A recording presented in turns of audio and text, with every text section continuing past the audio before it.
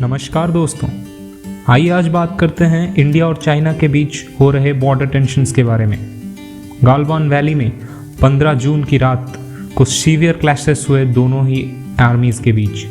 At least 20 Indian soldiers और 43 Chinese soldiers इसमें मारे गए। क्या हुआ था उस रात? क्या है लाइन ऑफ एक्चुअल कंट्रोल? अभी का सिचुएशन क्या है? आइए जानते हैं, पूरी वीडियो ज़रूर देखिएगा।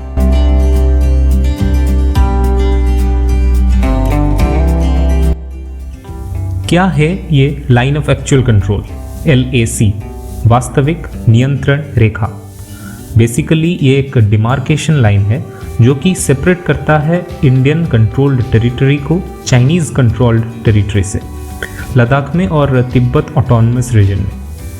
इंडिया के सोर्सेस ये बताते हैं कि LAC 3488 किलोमीटर लंबा है, वहीं चाइनीज सोर्सेस ये बताते हैं कि ये सिर्फ 2000 किलोमीटर लंबा है। LAC को 3 सेक्टर में डिवाइड किया गया है इंडिया में। ईस्टर्न सेक्टर अरुणाचल प्रदेश और सिक्किम में आता है, मिडिल सेक्टर हिमाचल और उत्तराखंड में, वहीं वेस्टर्न सेक्टर लद्दाख में आता है। न्यूज़ रिपोर्ट्स की माने तो 15-16 जून को जो क्लैशेस हुए गालवान वैली में, उसमें 20 इंडियन सोल्जर्स और 43 चाइनीज सोल्जर्स का डेथ हो। ये शॉकिंग इसलिए था क्योंकि ये क्लैशेस तब हुए जब इंडिया और चाइना के बीच म्यूचुअल एग्रीमेंट हो चुका था डिसएंगेजमेंट प्रोसेस को लेकर। डिसएंगेजमेंट या फिर डिसएस्केलेशन प्रोसेस का मतलब ये है कि बॉर्डर पर जो ट्रूप्स फिलहाल मौजूद हैं उनको एक पर्टिकुलर डिस्टेंस पीछे हटना होता है एग्रीमेंट के अकॉर्डिंग। अग्रीमेंट में ये तय हुआ था कि चाइना के पीपल्स लिबरेशन आर्मी PLA कदम पीछे हटाएगी और अपने रीजन में वापस जाएगी। 16 जून को दोनों कंट्रीज़ के मेजर जनरल के बीच की मीटिंग भी होनी थी, लेकिन ये तभी मुमकिन थी जब वो PLA पीछे हटेगी। लेकिन देखा गया कि 15 जून रात तक PLA बिल्कुल पीछे हट ही नहीं रही थी। ऐसे में कॉलोनल संतोष बाबू ने एक टीम को लीड करते हुए PLA के पास बात करने के लिए गए और वहीं पे उनके बीच चाइनीज सोल्जर्स और इंडियन सोल्जर्स के बीच में भिड़ंत हो गई। चाइनीज सोल्जर्स ने बैट, क्लब और डंडे से, पत्थर से इंडियन ट्रूप्स पर हमला कर दिया। 3 घंटे तक ये क्लैशेस चलते रहे और क्योंकि इंडियन ट्रूप एक छोटी ट्रूप थी, वो बात करने के लिए ही गई थी, तो वहीं पर इंडियन ट्रूप्स चाइनीज ट्रूप के आगे कम पड़ गए। उसमें कॉलोनल संतोष बाबू और 19 सोल्जर्स मारे गए।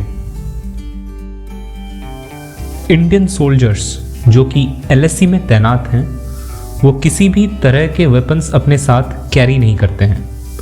अब आप पूछोगे ऐसा क्यों? जैसे कि अपोजिशन के लीडर श्री राहुल गांधी जी ने भी पूछा। ऐसा इसलिए क्योंकि 1996 में जो दोनों कंट्रीज़ के बीच में एग्रीमेंट हुआ, उसके अकॉर्डिंग LAC के पास किसी भी तरीके के weapons, fire blast, bombs, aircrafts का यूज़ करना रिस्ट्रिक्टेड है और ऐसा सालों से चलता आ रहा है। अब दोस्तों, आपको अंदाज़ा हो गया होगा कि ये फाइट, ये क्लैशेस कितने इंटेंस हुए होंगे कि बिना किसी वेपन्स के दोनों आर्मीज़ के 63 से भी ज़्यादा सोल्जर्स मारे गए। तो सिचुएशन कितना सीरियस है आप इमेजिन कीजिए। अब मौजूदा सिचुएशन क्या है? दोनों कंट्रीज़ के करंट सिचुएशन क्या है? प्रधानमंत्री श्री नरेंद्र मोदी ने अपने स्टेटमेंट में बताया है कि इंडिया शांति चाहती है, इंडिया पीस चाहती है, लेकिन उकसाने पर करारा जवाब देने में भी सक्षम है। हुआ चुनिंग, चाइनीज फॉरेन मिनिस्ट्री के स्पोक्सपर्सन, का कहना है कि चाइना को इंडिया मिसअंडरस्टैंड ना करे, वो अपना टेरिटोरियल सॉवरेनिटी को सिक्योर कर रही है और चाइना उल्टा इंडिया को ब्लेम कर रहा है कि इन अटैक्स को लेकर LAC को क्रॉस इंडियन आर्मी कर रही थी, LAC के रूल्स को इंडियन आर्मी वायलेट कर रही थी। Department of telecommunication bar bar companies से ये डिमांड कर रही है कि आप चाइनीज कंपनीज जैसे Huawei, ZTE के साथ फ्यूचर पार्टनरशिप को आगे बढ़ावा ना दें जितना पॉसिबल हो सके। Anurag Srivastava, spokesperson of ministry of external affairs, ने अपने स्टेटमेंट में बताया कि चाइना की क्लेम्स अनरियलिस्टिक है और अनटेनेबल है। सारे इंडिया में बॉयकॉट चाइनीज प्रोडक्ट्स का भी ट्रेंड चलने लग रहा है।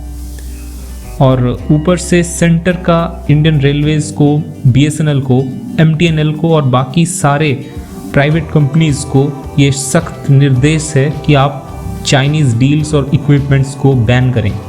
4G अपग्रेड में जो भी सामान लगने वाले थे वो चाइना के नहीं होने चाहिए, ऐसा निर्देश BSNL को सेंटर के द्वारा दिया गया है।